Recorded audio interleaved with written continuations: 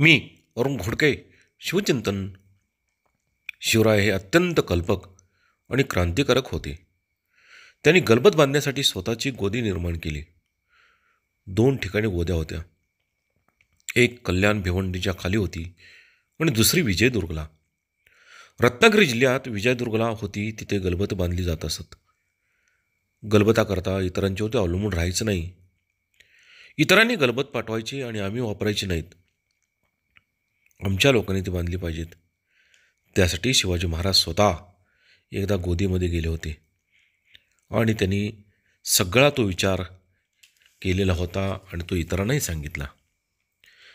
ते सांगत होते, मी सांगतो तसं गलबत बांधा.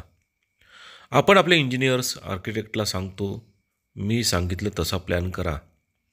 अगदी तसंच शिवरायांनी स्वतःच्या कल्पनेतून जास्तीत जास्त गतीनं जलद जाणारं असं एक गलबत स्वतः बांधलं. वास्तविक शिवाजी महाराजांचं वास्तव्य हे डोंगर प्रांतामध्ये होते. तरीसुद्धा सह्याद्रीच्या पूर्वपट्ट्यात पण या शिवरायांच्या डोक्यामध्ये सागरी कल्पना होत्या आणि त्यांनी गलबत बांधलं आणि त्याला नाव दिलं संगमेरी उर्फ संगमेश्वरी. बहुत काय बोलणे. राम कृष्ण हरी.